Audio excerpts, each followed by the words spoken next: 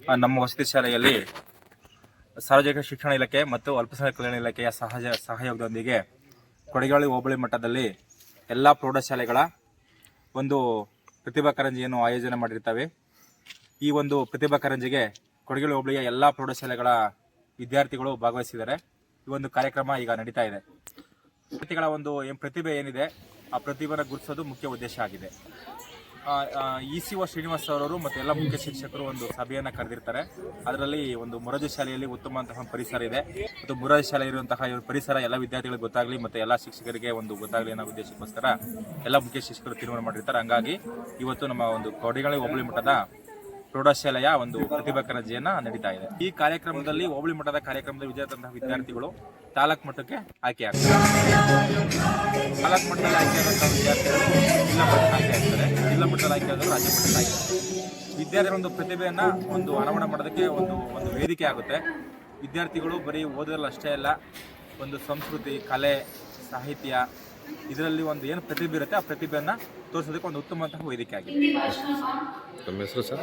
ಮರಳಸಿದ್ದೇಶ್ವರ, ಪ್ರಾಂಶುಪಾಲರು, ಅಲ್ಪಸಂಖ್ಯಾತರ ಕಲ್ಯಾಣ ಇಲಾಖೆ. ನನ್ನ ಹೆಸರು ಶ್ರೀನಿವಾಸ ಮೂರ್ತಿ ಅಂತ, ಕೊಡಗೇನಹಳ್ಳಿ ಹೋಬಳಿಯ ECO ಇದ್ದೀನಿ. ಈ ದಿನ ಮೊರಾರ್ಜಿ ಅಲ್ಪಸಂಖ್ಯಾತರ ಶಾಲೆ ಶಾವನಹಳ್ಳಿಯಲ್ಲಿ ಕೊಡಗೇನಹಳ್ಳಿ ಹೋಬಳಿ ಮಟ್ಟದ ಪ್ರತಿಭಾ ಕಾರಂಜಿ ಕಾರ್ಯಕ್ರಮಗಳು ನಡೀತಾ ಇದ್ದಾವೆ. ಈ ದಿನ ಬೆಳಗ್ಗೆ 10:00 ಸರಿಯಾಗಿ ಉದ್ಘಾಟನೆ ಆಗಿದೆ. ಮಕ್ಕಳೆಲ್ಲ ತಮಗೆ ನಿಗದಿಪಡಿಸಿದಂಥ ಸ್ಪರ್ಧೆಗಳಲ್ಲಿ ಭಾಗವಹಿಸಿ ತಮ್ಮ ಕಲೆ ಮತ್ತು ಪ್ರತಿಭೆಯನ್ನು ವ್ಯಕ್ತಪಡಿಸ್ತಾ ಇದ್ದಾರೆ. ಇದೊಂದು ಅತ್ಯಂತ ಉತ್ತಮವಾದ ಕಾರ್ಯಕ್ರಮ. ಮಕ್ಕಳ ಪ್ರತಿಭೆಯನ್ನು ವ್ಯಕ್ತಪಡಿಸೋದಕ್ಕೆ ಇದೊಂದು ಸದಾವಕಾಶ. ವಾರ್ಷಿಕೋತ್ಸವಗಳಲ್ಲಿ ಮಾತ್ರ ನಡೀತಾ ಇದ್ದಂಥ ಈ ಒಂದು ಕಲಾ ಪ್ರತಿಭಾ ಪ್ರದರ್ಶನ ಈ ದಿನ ಸರ್ಕಾರದ ವತಿಯಿಂದ ನಡೆಯುವ ಈ ಪ್ರತಿಭಾ ಕಾರಂಜಿ ಕಾರ್ಯಕ್ರಮದಲ್ಲಿ ಮಕ್ಕಳು ತಮ್ಮ ಪ್ರತಿಭೆಯನ್ನು ವ್ಯಕ್ತಪಡಿಸ್ತಾ ಇದ್ದಾರೆ.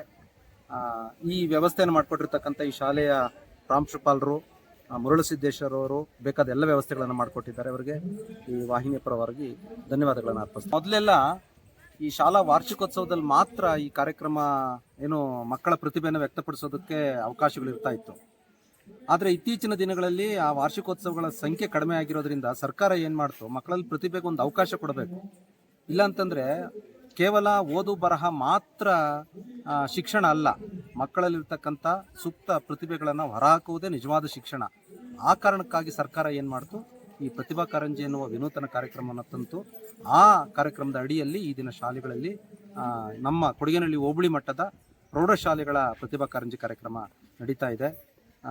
ಮಕ್ಕಳೆಲ್ಲ ಇದರಲ್ಲಿ ತುಂಬ ಉತ್ಸುಕತೆಯಿಂದ ಭಾಗವಹಿಸ್ತಾ ಇದ್ದಾರೆ. ಎಲ್ಲ ಶಿಕ್ಷಕರು ಕೂಡ ಮಕ್ಕಳನ್ನು ತರಬೇತುಗೊಳಿಸಿ ಇಲ್ಲಿಗೆ ಕರ್ಕೊಂಡು ಬಂದಿದ್ದಾರೆ. ಚೆನ್ನಾಗಿ ನಡೀತಾ ಇದೆ ಸರ್. ಹೌದು, ಕಾರ್ಯದರ್ಶಿಯಾಗಿ ಇಲ್ಲೇ ಮೊರಾರ್ಜಿ ಸ್ಕೂಲ್ಗೆ ಇಲ್ಲಿ ಬಂದಿದ್ದೀನಿ, ಅಲ್ಪಸಂಖ್ಯಾತರ ಶಾಲೆಗೆ. ಇಲ್ಲಿ ನಾನು ಎಂಟ್ರಿ ಆಗ್ತಿದ್ದಂಗೆ ನನಗೆ ಬಹಳ ಸಂತೋಷ ಆಯಿತು. ಇಂಥ ವ್ಯವಸ್ಥೆಗಳೆಲ್ಲ ಸರ್ಕಾರ ಮಾಡಿರೋದಕ್ಕೆ ನಾನು ಸರ್ಕಾರನ ಬೆಂಬಲಿಸಬೇಕು ಅನಿಸುತ್ತೆ. ನಿಜವಾಗ್ಲೂ ಕೂಡ ಪ್ರತಿಯೊಬ್ಬ ಮಕ್ಕಳು ಕೂಡ ಪ್ರೈವೇಟ್ ಸ್ಕೂಲೇ ಬೇಡ ಅನಿಸುತ್ತೆ. ನಿಜವಾಗ್ಲೂ ಹೇಳಬೇಕಾದ್ರೆ ಎಲ್ಲ ಅವಶ್ಯಕತೆಗಳನ್ನು ತುಂಬಿದ್ದಾರೆ.